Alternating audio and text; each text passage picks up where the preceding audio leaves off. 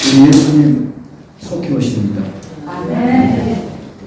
얼마나 속히 오시느냐라는 부분에는 우리 각자가 그 답을 가지고 있는 것으로 제가 알고 있습니다. 제가 진도 그 인지교회 발령을 받으면서 요한복음 4장의 내용을 기획 시리즈로 5번 설교한 적이 있습니다. 한 주제를 가지고요. 한 주제를 가지고 필요한 운명적인 만남을 시작으로 해서 돌이킴, 회복, 그 다음에 기쁨, 헌신, 정도의 계단에 나오는 믿음과 받으심이라는 하나의 챕터를 가지고 요한복음 4장을 풀었는데요. 오늘 요한복음 4장은 다시 새롭게 보여지는 한 장면 가운데 우리는 재림을 기다리는 성도들이거든요. 맞습니까? 아멘. 그런데 모든 구절구절마다 예수님의 오심에 대한 애절한 사연들이 전부 다 수록되어 있습니다.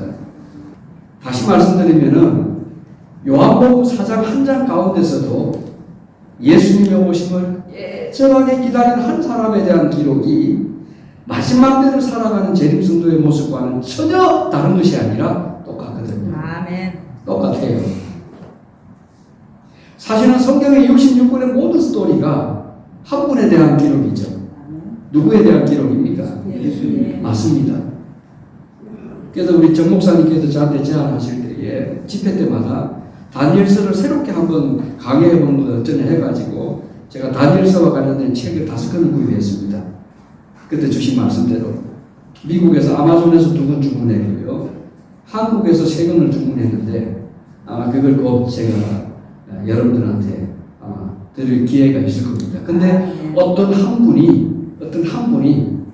첫 장부터 시작하는 12장이 아닌 24장 끝절까지 앞에 제목이 Jesus, 항상 예수님이에요. 그 책이 마음에 들더라고요. 모든 다니엘 1장의 그 시작이 예수님으로 시작되고 다니엘 12장의 끝도 예수님으로 끝납니다. 아멘. 그 말은 다니엘이 주목하고 바라보았던 오직 한 분은 예수님밖에 없었거든요. 그러면 재림 성도가 이 땅에 살아가면서 그분의 오심에 대한 한결같은 믿음을 붙잡고 우리가 생애하며 흔들림 없는 신앙을 할 수 있는 가장 유일한 길은 뭐냐? 주님 바라보는 것밖에 없습니다. 그래서 히브리서는 모든 결론에 믿음의 주요 우리를 마게 하시는 분, 온전케 하시는 이인 누구를? 그냥 이 해놓고 또 예수를 바라보자.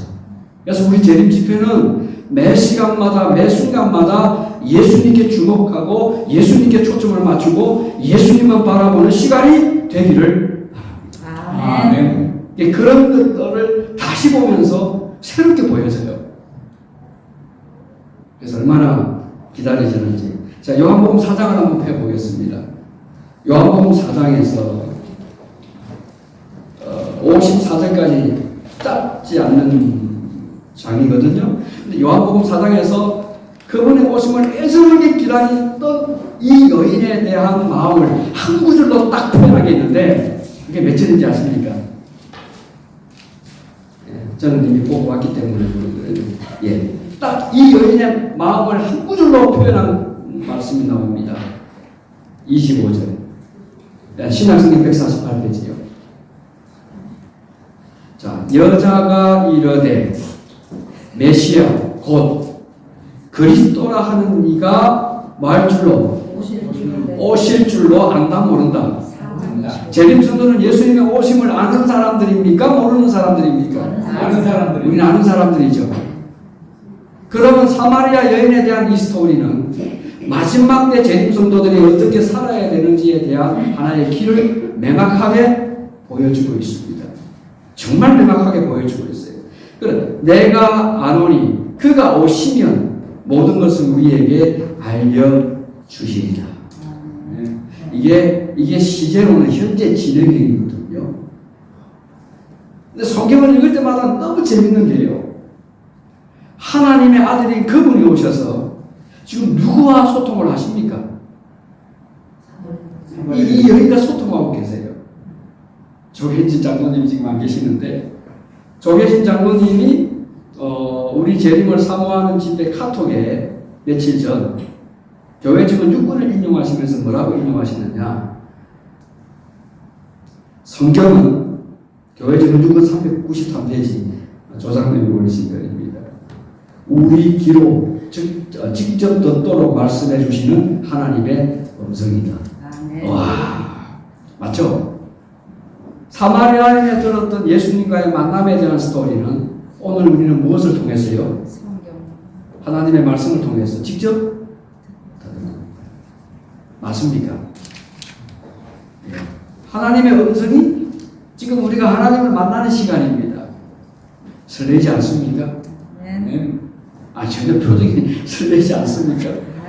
목사기 때문에 이렇게 전달하는 말씀이 아니라 저는 해석을 하려고 이 자리에 선 사람 아닙니다. 저는 제가 알고 있는 지식을 여러분들에게 나누어 주려고 선 사람이 아니에요.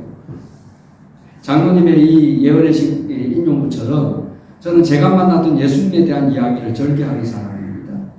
그러니까 설교라기보다는 여러분들에게 전달하려고 이 자리에 서는 것이 아니라 제 자신에게 매일 들려주는 하나님의 음성을 듣기 위해서 오늘도 귀를 열고 이 말씀을 주목한다는 거죠. 세 가지를 생각해 보십시오. 세 가지를. 우리는 다양한 신앙, 다양한 종교 속에 살아갑니다. 사도 바울이 사도행전 17장에 말했던 아덴에 가서 다양한 종교성을 가지고 있는 민족들을 보았거든요. 그런데 저는 예수를 믿으면서 세 가지를 생각했습니다. 하나, 우리가 믿는 종교가 일시적으로 끝나는 것이 아니라 정말 영원히 우리에게 줄 수 있는, 시간적으로 영원을 향해 줄 수 있는 종교인가? 그 다음에 충청도도 역사적인 유적지가 많이 있습니다. 제가 결혼식을 하고 난 뒤에 첫 번째 신혼여행지를 어디로 갔는지 혹시 아시나요? 답은 충청도입니다. 온양온천. 예? 온양온천. 몰라요? 그걸 알면은, 내가 그 부여의 공주다. 부여를 찾아갔죠. 백제의 흥망성쇠를 알지 못하고는 우리 민족의 열쇠고리를, 또 문화의 찬란한 역사를 이루었던 세밀하고 정말 디테일하게 조밀하게 하나의 우리 민족의 또 도자기의 역사를 이루었던 그 나라 하면은 백제거든요. 그리고 백제 하면은 아시는 대로 부여였고 그 중심이 제사장 나라였거든요. 왕 안에서 백제의 문물 가운데 가장 오래된 금향문은 하늘에 드는 죄를 올리기 위하여 만든 하나의 유물입니다. 근데 두 번째, 우리가 믿는 종교가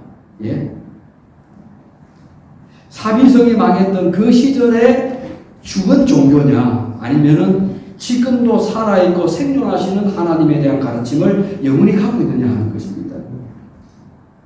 우리는요, 죽은 종교, 죽은 신을 믿는 게 아니거든요. 살아있는 하나님을 믿습니다. 아멘. 그 다음에 세 번째, 정말 이 종교가 우리를 영원한 하늘에 데리기까지의 하나님과의 관계가 제대로 형성되고 이분과의 만남을 통해서 하늘에까지 영원히 이어지는, 오늘도 그런 관계가, 그런 소통이 이어지고 있는가라고 하는 겁니다. 이 세 가지 질문을 던지면서 이 세 가지 질문에 대한 유일한 대답을 던져주는 게 요한복음 4장입니다. 만남에서 시작돼요. 운명적인 만남입니다. 피할 수 없는 만남이었어요. 그런데 예수님은 의도적으로 찾아갔죠. 수많은 예루살렘의 백성들의 환성과 그분의 가르침을 기대하는 백성들을 제쳐두고, 그죠? 부러 사마리아로 지나갔습니다. 오늘 아침에 어제부터 시작된 이곳에서의 재림 부흥 집회는 우리가 의도적으로 주교 행복교회에 오신 것처럼 오늘 이 시간에도 주님은 의도적으로 우리를 만나러 오시는 줄로 믿습니다. 아멘. 뭐 하려고요? 그럼요. 예수님의 오심에 대한 성경 66권의 전체 그림을 왜 예수님이 오셨는가라는 물음에 이 한 여자를 만나기 위하여, 한 영혼을 구원하기 위하여 이 땅에 오신 것처럼 오늘 이 아침에도 우리 교회에, 우리 회중 가운데 함께하는 줄로 믿습니다. 아멘. 4장의 스토리는 이렇게 시작됩니다. 정말 의도하지 않았던 만남이 아니라 숙명적인 만남이에요. 오늘 저는 어디에 초점을 맞췄다고요? 재림이니라. 이 여자보다 더 애절하고 간절하게 우리가 오실 그이가 그리스도임을 아는 또 다른 무리가 있다면 누굽니까? 우리예요. 하는 이가 오실 줄을 내가 안다는 겁니다. 수많은 종교 가운데 제7일 안식일 예수 재림 교회만큼 마지막을 어떻게 살아가고 우리가 어딜 향해 나아가며 누굴 기다리냐라는 하나의 정체성에 대한 물음에 있어서 제7일 안식일 예수 재림 교인들만큼 내막하게 이 진리를 알고 깨닫고 믿음 생활하는 분들이 있다 없다요? 없다. 없습니다. 아멘. 저는 여러분들과 제가 그 무리 가운데 한 사람인 줄로 믿습니다. 아멘. 예수님은 우리를 만나러 오신 게 아니라 집사님 한 분 한 분의 구체적인 이름을 부르면서 오늘 이 아침에 오고 계신다는 거죠. 아멘. 좀 이제 본문을 좀 읽어볼까요? 5절 아니요 3절부터 읽겠습니다. 유다를 떠나서 다시 갈릴리로 가십니다. 사마리아를 통과하여야 하겠는지라. 사마리아에 있는 수가라는 동네에 이르시니 야곱이 그 아들 요셉에게 준 땅이 가깝고 거기 또 야곱의 우물이 있더라. 예수께서 길 가시다가 피곤하여 우물 곁에 그대로 앉으시니 내가 6시쯤 되었더라. 사마리아 여자 한 사람이 물을 기르러 왔으니 예수께서 물을 좀 달라 하시니 이는 제자들이 먹을 것을 사러 그 동네에 들어가심이라. 사마리아 여자가 이르되 당신은 유대인으로서 어찌하여 사마리아 여자인 나에게 물을 달라 하시나이까 하니 이는 유대인이 사마리아가 상종하지 아니함이라. 10절 예수께서 대답하여 이르시되 내가 만일 하나님의 선물과 또 내게 물 좀 달라 하는 이가 누구인 줄 알았더라면 내가 그에게 구하실 것이요 그가 생수를 내게 주었으리라. 11절 여자가 이르되 주여 물길 그를 또 없고 이 물은 깊은데 어디서 당신이 그 생수를 얻겠사나이까. 우리 조상 야곱이 이 물을 우리에게 주셨고 또 여기서 자기와 자기 아들들과 짐승이 다 마셨는데 당신이 야곱보다 더 크니까. 13절 핵심절입니다. 예수께서 대답하여 이르시되 이 물을 마시는 자마다 다시 목마르니와. 14절 내가 주는 물을 마시는 자는 영원히 목마르지 아니하리니 내가 주는 물은 그 속에서 영생하도록 솟아나는 샘물이 되리라. 피곤하죠.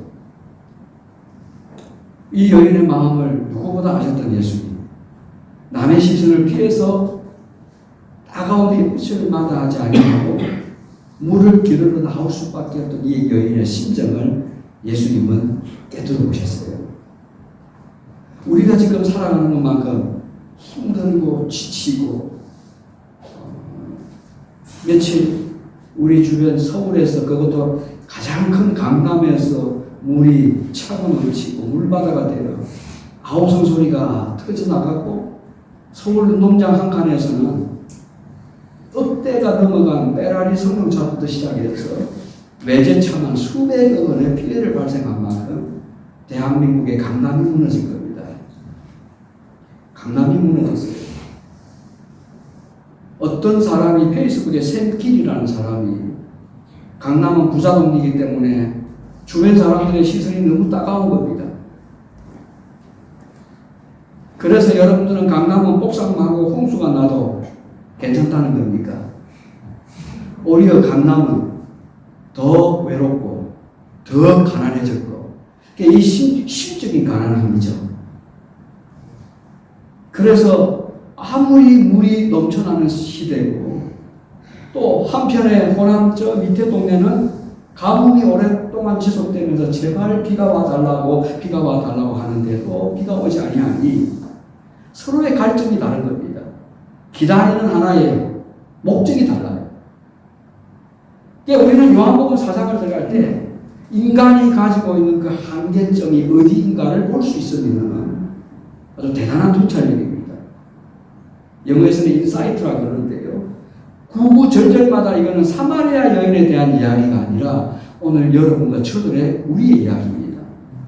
사마리아 여인의 그 마음을 아셨던 것처럼 예수님은 우리의 그분의 오심에 대한 그 예스러운 마음을 아시기 때문에 오늘도 이 한 구절을 통해서 우리를 예수님은 찾아오신다는 것입니다. 아멘. 주님은 찾아오십니다. 아멘. 그 기타 종교와 다른 종교의 큰 차이가 뭔지 아십니까? 우리가 믿는 기독교와 기타 종교는 공휴일마다 우리가 찾아가야 됩니다. 그리고 빌어야 돼요. 그리고 우리의 이름을 어디에다 찍어서 어머니 하시는 거 4월 촛발 보니까 이름을 하나의 조그만 기합장에다가 써서 시조하는 게 일상이었거든요. 그런데 예수님은 만남에서부터 파격적입니다. 찾아오십니다. 하늘상하 궁전을 버리시고 인간과 함께 하기 위하여 임마누엘이 되시려고 직접 하늘에서 이 땅에 오셨어요. 누구를 만나기 위하여요. 누가복음 19장 때문에 이런 양 한 영혼을 만나기 위하여 예수님은 오셨다라고 하는 것이 요한복음 4장을 통해서 하나님의 마음이 어떠한 마음인지를 보게 해준다는 겁니다. 아멘. 교회는 이것 때문에 세워졌잖아요. 하나님은 우리를 찾아오십니다. 얼마나 설레입니까? 그렇죠. 근데 찾아왔는데 그냥 오시는 것이 아니라 뭘 주시려고요? 예. 근데 이 사마리아 여인의 태도를 한번 두 번째 한번 보겠습니다.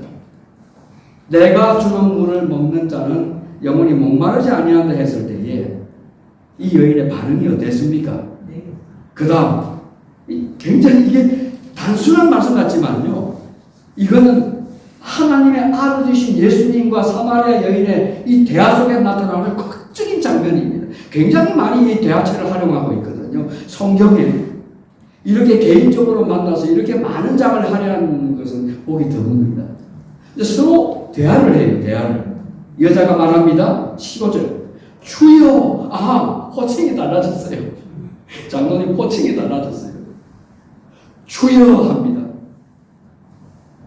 주라는 말이 무슨 말입니까? 주인이요. 예, 믿음의 고백인 동시에 이거는 헌신의 고백이에요. 여러분 신앙할 때마다 주여 하는 이런 내 믿음을 온전히 하나님께 드리는 이게 예배인데 이런 주여 하는 고백적인 믿음이 있으시죠? 예, 있어요. 나더러 주여 주여 하는 자마다 마태복음 7장에 그 말이 아니라 진짜 이 여인은 주여 마음을 고백하면서 예수님께 대물었어요. 뭐라고요? 그런 물을 누구에게 주사? 와. 아멘. 저는 그렇게 보이는데 장군이 그렇게 안 보이십니까? 이게 쉬운 대답인 것 같습니까? 한치의 의심 없이 아니 그냥 뜬금없이 외간 남자가 나타나가지고 내가 주는 물을 먹으면 영원히 목마르지 않는다 하니까 그 당신이 주는 물이 뭔데요? 물어볼 수 있잖아요. 그런데 이 여자의 반응은 아주 애기습니다. 거두절미합니다. 한 번에 단도직적으로 묻습니다. 주여, 그럼 그 물을 내게 주시옵소서. 대화가 돼요. 여기서 당신이 누군데 그런 물을 가지고 옵니까? 라고 물으면 종교는 대화가 안 됩니다. 괴변만 늘어나죠. 내가 예수님이라니까. 예수님이 누군데? 근데 이 여자는 잘 보세요. 주여 그런 물을 내게 주시고 목마르지도 않고 또 여기 물 기르러 오지도 않게 하옵소서. 아멘. 여인은 구체적인 자기의 알 바를 하나님 앞에 구했습니다. 옛날에 그 청년 시절에 쿤 목사님이 쓰신 ADC 기도가 있었거든요. 조그만 서책자 삼국대에서 나왔는데요. 그 책 혹시 갖고 계시는 친구도 있으시나요? 아마 오래되기도 했지만 요즘 하도 좋은 책들이 많으니까 그런 책들 잘 소개 안 할 겁니다. 근데 제 서재에는 아직도 그게 있습니다. A가 뭐냐? 이 여인처럼 구하라는 거예요. 예? 그 다음에 B는요? 예? 네, 믿으라는 거예요. 뭘 줄 것을 믿으라는 거예요. 그러니까 구원의 삼박자는 갑자기 구원의 삼박자가 나오니까 구원의 3요소는 복잡하지 않습니다. 쉽습니다. 구하고 믿고 그 다음에 C는 내가 받은 것을 확정하는 아멘. 이 여인의 구원의 모든 3요소를 다 보여주고 있습니다. 이 한 구절 가지고도 구약 전체를 신약 전체를 설교할 수 있습니다. 제가 서두에 범이야기한 거는 이제 다 보여요. 정한탁 교수께서 민법이 왜 중요한가에 대한 것. 그래서 제 동창 가운데 하나가 법무법인 서울에 있는 친구가 책을 하나 썼는데 민법 대전이라고 아주 이 정도 두껍습니다. 근데 그게 다 보여요. 다 보여요. 근데 어느 세월이 지나가면서 이 한 구절을 딱 봐도 가슴이 터집니다. 여기서 예수님이 오신 두 번째 목적을 이룰 수가 있습니다. 그건 뭐냐? 상처받고 아무도 알아주지 않는 외로운 그 땅 안에서 지치고 지칠 대로 쓰러져가고 넘어지고 완전히 폐가할 수밖에 없는 그 가련한 여인 한 사람도 예수님은 찾아오시고 돌보시고 이 짧은 한 구절 대화를 통하여 어떻게 이 여인을 회복시키는가 하는 그 과정을 다 보여주고 있다. 여러분들의 속을 모르는 마음까지도 예수님은 다 아십니다. 아멘. 그리고 회복시켜 주려고 오십니다. 아멘. 이 회복됨이 우리가 하나님의 영원한 나라에 들어가는 믿음이 될 줄로 믿습니다. 아멘. 믿음의 3요소 너무 간단하죠. 여러분도 오늘부터 구체적인 하나의 기도를 드리십시오. 주님 건물을 내게 주십시오. 네. 그리고는 두 번 다시 죄에 빠지지 아니하도록, 그죠? 나에게 날마다, 조객진 장로님 오셨으니까 날마다 이때 떨렸던 음성이 교회적인 유권 뭘 들음으로 하나님의 말씀을 들음으로 하나님의 음성을 듣는 새롭게 솟아나는 매일의 생수가 되게 해 주시옵소서. 근데 예수님의 대화법에 반응법이 나옵니다. 이렇게 요청했던 여인의 물음에 대한 예수님의 다음 대답이 뭐냐? 이러시되 가서 내 남편을 불러오라. 내 남편을 불러오라. 왜요? 하나님의 나라는 죄인된 모습으로는 결코 갈 수 없거든요. 믿음, 회개, 자복과 헌신, 정도의 계단에 나오는 이 단계가 너무 간단함에도 예수님과 사마리아 여인의 물음 속에서 이게 이루어지고 있다는 겁니다. 그러니까 우리는 하나님 앞에 나올 때 매 순간마다 이게 이루어져요. 하나님 우리를 받으십니다. 죄인된 모습 그대로 인정하십니다. 그러면서 네가 왜 죄를 지었고 왜 스스로 올무에 빠졌고 왜 고통 가운데 있었냐 왜 신음하느냐를 물어보지 아니하시고 그죠? 남편을 불러오라 이 말은 너의 묵은 죄짐을 누구에게 가져오라는 겁니까? 나에게 가져오라는 거예요. 마태복음 11장 28절은 너무 중요한 구절이 아닙니까? 수고하고 무거운 짐진 자들아 다 누구에게 오라. 내가 너희를 막하리라. 이 여인에게 주어진 이 말씀이 복음이었거든요. 아멘. 너의 부끄러운 그 일생을 가지고 어떻게 나 앞에 감히 나올 수가 있느냐. 재림교인들이 많이 실수하는 것 가운데 하나가 그거 아닙니까? 율법의 완전주의에 메모리즘에 빠져가지고 십자가는요 특징이 하나 있습니다. 왜 자꾸 남의 짐을 지고 가는 걸 보려 하십니까?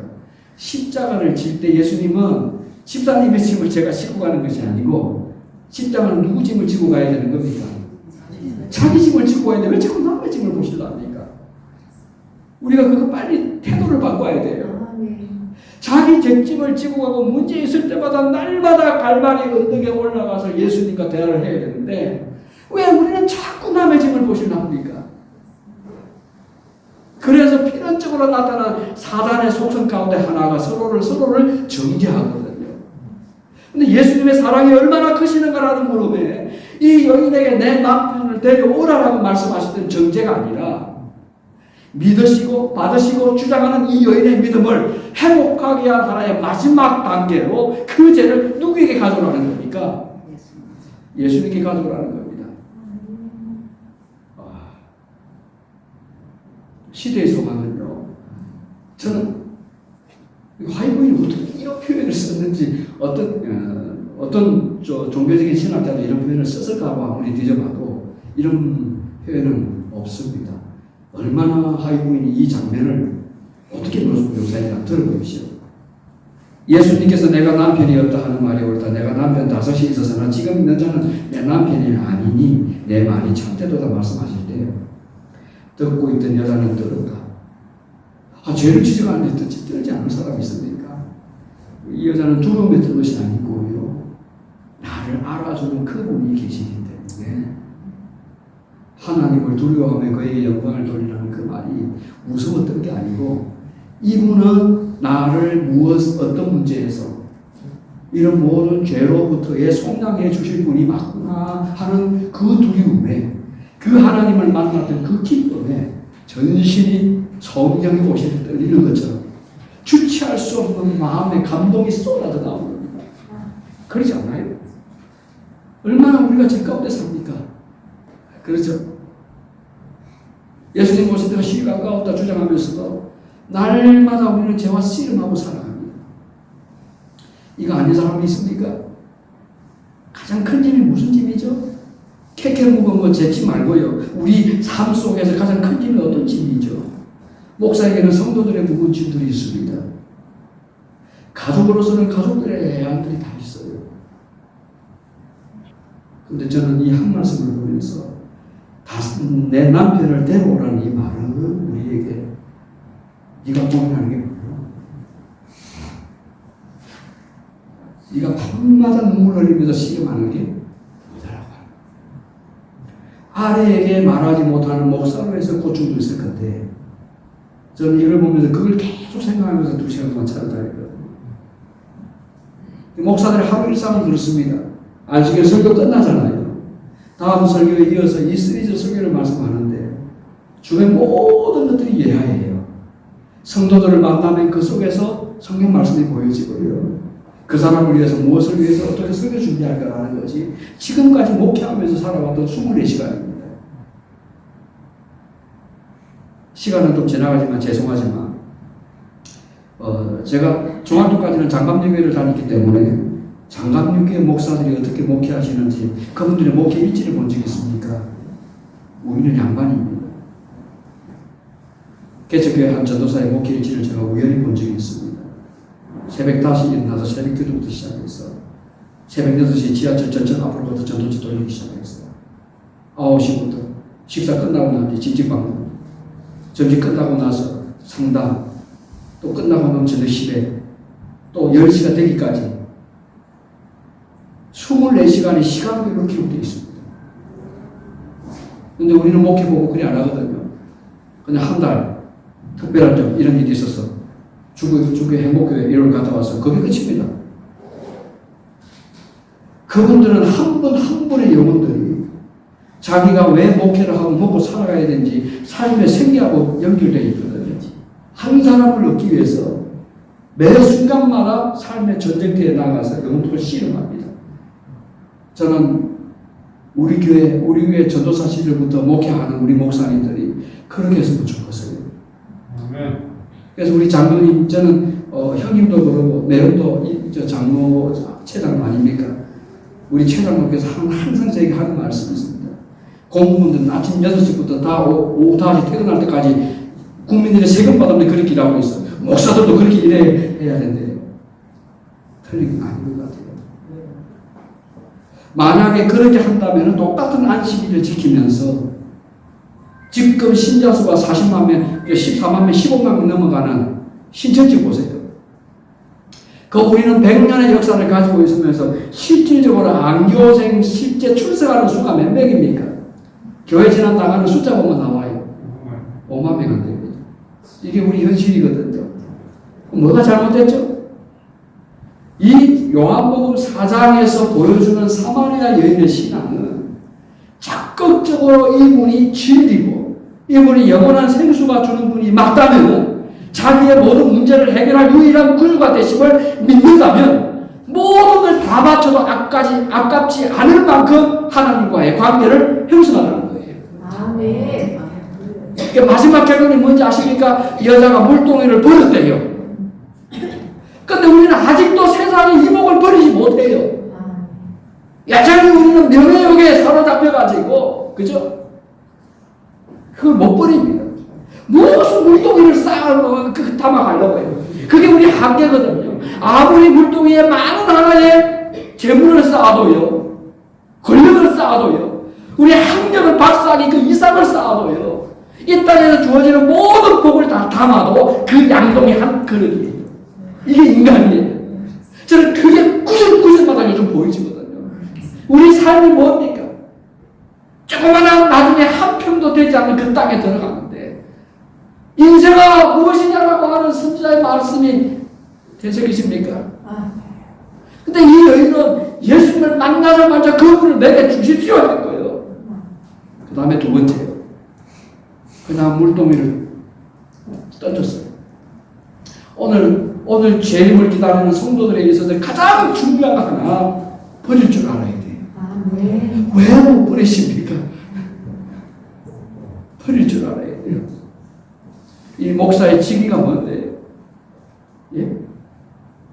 장로님 버릴 줄 알아야 돼요. 진짜 신앙하는 사람과 가짜 신앙하는 사람, 말로만 그리스도인이라고 하는 사람의 가장 궁극적인 차이는 마태복음 5장 16절의 말씀대로예요. 우리가 물동이를 양동이를 버릴 줄 아는 신앙처럼, 그죠?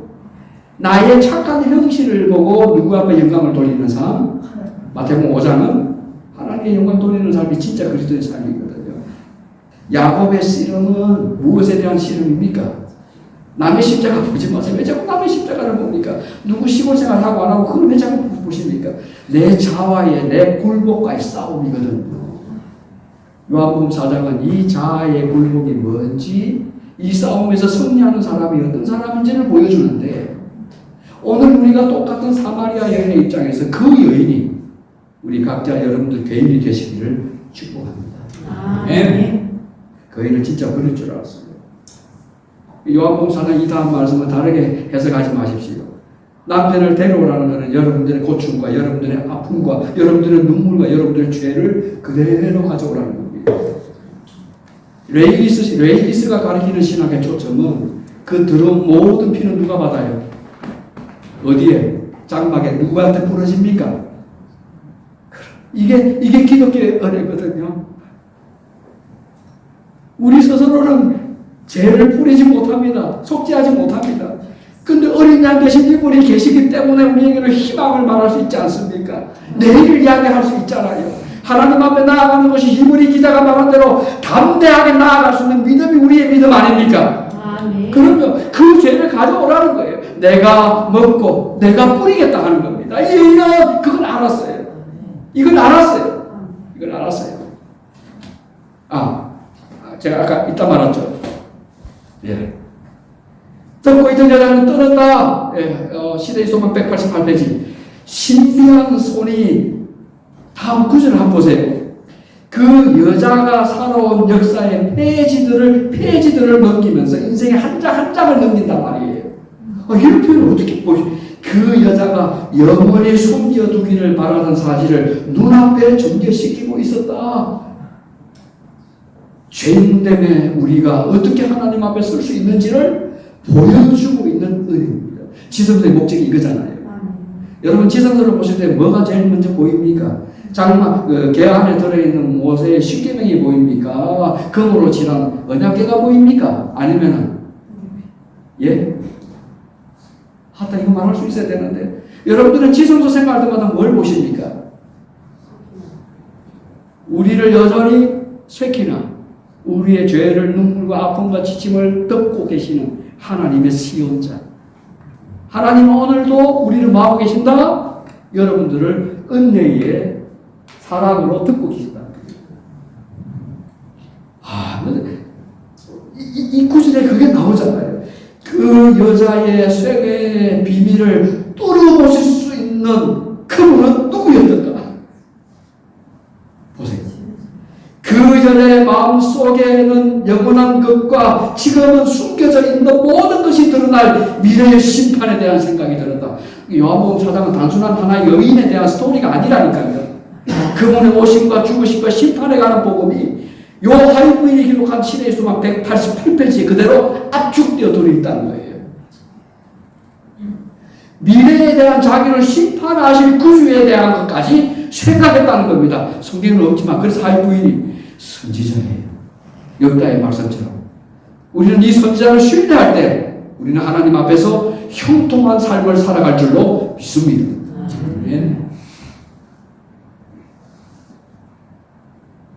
그 빛 속에서 양심은 눈을 떴다. 와, 양심이 눈을 뜬 거예요. 이 조그마한 한 구절 가운데서 이 여인이 뭐까지 생각했다고요? 나이가 몇인 거는 잘 모릅니다. 남편을 5번이나 만났다 하니까 대강 계산해도 한 50대 중반은 되지 않았을까? 근데 인생의 고비 구절구절마다 자기 인생사에 기록된 제약의 흔적들이 누구 앞에 노출된 겁니까? 그래야 살아요. 그래야 살아요. 종교마다 이 죄를 이기는 해탈하는 방법이 여러 가지를 가르치지만 기독교는 오직 누구? 예수 그리스도. 그분의 이름이 마태복음 1장 21절에 나타난 대로 우리의 죄를 마실 분. 그럼 우리를 깨끗하게 해주실 분인 것이 임마누엘이라 하는 이름 속에 그대로 나타나잖아요. 출애굽기 25장 8절에서 하나님 우리와 함께 하시기를 원할 때 그것이 이미 모세 때에 보여주었던 하나의 약속 아니었습니까? 이 여인은 그 약속을 붙잡은 거예요. 이게 요한복음의 4장의 스토리입니다. 놀랍죠. 그 다음 예배에 관한 이야기를 듣고 아까 했던 것 28절 한번 쭉 돌아가 보겠습니다. 28절. 여자가 물동이를 버려두고 동네로 들어가서 사람들에게 이르되 아하 그 여자의 전부였던 뭘 버렸다고요? 물동이를 버려야 돼요. 오늘 우리는 이 전을 나가기 전에 뭘 버리고 가야 됩니까? 그러네요. 그거 다 버리고 가야 돼요. 재림선언은 세상을 버리지 못하면 하늘에 못 갑니다. 제가 다른 건 몰라도 세상을 짊어지고 어떻게 하늘에 갑니까? 근데 이 여인이 표상한 것 가운데 물동이는 아무것도 아니거든. 물동이를 버린다는 말을 가지고 우리가 또 말씀을 여러 가지 할 수 있는데 그 이유가 하나님을 만난 자의 첫 번째 반응이 기쁨이 베드로가 그물을 던졌던 것처럼 중간에 이야기했던 대로 80년대 시골생활 삶을 보면서 우리가 세상 학벌을 포기하고 모든 세상의 명예와 권력을 포기하고 세상에서는 초라해 보이지만 아무 낙이 없다 보이지만 한적한 시골에 들어가서 주어진 업을 생업삼아 하나님 오심을 기다리는 것이 결코 잘못된 것이 아니라는 것은 아무나 할 수 있는 것이 아니라는 겁니다. 믿음 가운데 확신 있게 살아가는 사람들의 삶의 태도라는 겁니다. 그런데 정작 저에게는 땅은 없습니다. 살 집도 없습니다. 그러나 하나님은 인도하시는 대로 살아갈 겁니다. 자, 이제 마지막 하나 더 보실 게 있는데요. 너점비 성령을 받은 결과가 두 가지라고 제가 재림부흥 집회 때 말씀 전한 적이 있습니다. 이제 그 영상 파일들이 전부 다 제가 다 다운을 받았습니다. 다음 주부터는 신랄하게 편집해서 재림 우리 부흥 집회 사이트에 올릴 겁니다. 그때 너좀비 성령이 주어지는 가장 큰 두 가지 목적 중에 첫 번째가 뭔지 아십니까? 제가 설명해 줄게요. 예. 그거는 이 여인처럼 물동이를 버려두고 이 여인이 첫 번째 한 일이 뭡니까? 뭘 전했죠? 여러분들 같으면 이렇게 하겠습니까? 아니 상황을 다 따져보십시오. 어디로 들어갔느냐? 내가 행한 모든 일을 내게 말한 사람으로 와서 보라. 그 다음에 이는 그리스도가 아니냐 하니 그들이 동네에서 나와 예수께 오더라. 어디서 나와요? 동네에서 나왔대요. 그러면 사마리아 여인이 다시 돌아간 곳은 어디였습니까? 저주받은 땅이죠. 따가운 햇빛이 내리쬐어오는 그 시간에 나오지 않으면 주변의 사람들은 의식할 수 없을 만큼 늘 뭐처럼 취급했던 불결하게 취급했던 그 여인이 살았던 그 햇빛장으로 그대로 돌아간 거예요. 선교라는 것은 죄인을 구원하기 위하여 우리가 세상 속으로 들어가야 됩니다. 근데 저는 오늘 이 말씀의 결론을 마음에 계속 되새기면서 하나 얻었던 결론이 뭐냐. 문제는 이 동네 사람들의 반응이었다는 겁니다. 이렇게 평생 동안 남의 눈초리 밖에 나와 있던 사람, 더럽다라고 인정받았던 이 여인, 아무도 눈여겨보지 않았던 이 가련한 여인의 인생을 모두가 손바닥처럼 들어가 보니 그 동네를 다시 들어간 겁니다. 그럼 뭐 했죠? 예수님이 오셨다. 와서 뭐라는 거예요? 진짜 변화된 그리스도인의 첫 번째 반응은 내가 만난 예수님을 뜨겁게 전하지 아니하고는 견딜 수 없는 심정이 생깁니다. 저도 그런 시간들을 다시 가져보기를 애절히 원하고 있습니다. 저도 한 가지 마태복음 24장, 28장의 꿈을 이루기 위하여 지금 여러 가지 제 비전이 아니고 하나님이 주신 비전을 이루려고 동분서주하고 있습니다. 그들이 동네에서 나와 예수께 오더라. 그 사이에 제자들이 청하여 이르되 랍비여 자소서 이르되 너희는 내가 알지 못하는 먹을 양식이 따로 있느니라. 제자들이 서로 말하여 누가 잡수실 것을 갖다 들었는가 하니 예수께서 이르시되 나의 양식은 나의 보내신 이의 뜻을 행하며 마태복음 6장 33절 말씀하니까 너희는 먼저 그의 나라와 뭘 구하라. 이 말씀을 하시는 거예요. 오늘 집회가 끝나고 나서 우리가 일상으로 한 달 동안 또 살아가면서 하나님의 나라와 그의 의를 구하며 살아가는 우리 모두가 되십시다. 아멘. 이 여인은 그대로 실천했습니다. 너희는 넉 달이 지나야 수수할 때가 이르겠다 하느니라. 그러나 나는 너희에게 말하노니 너희는 눈을 들어 밭을 보라. 이어 저 추수하게 되었도다. 얼마나 선교 강섭회 때 굉장히 많이 인용했던 말입니까? 그러니까 예수님이 오실 때는 이미 물어 익었다는 겁니다.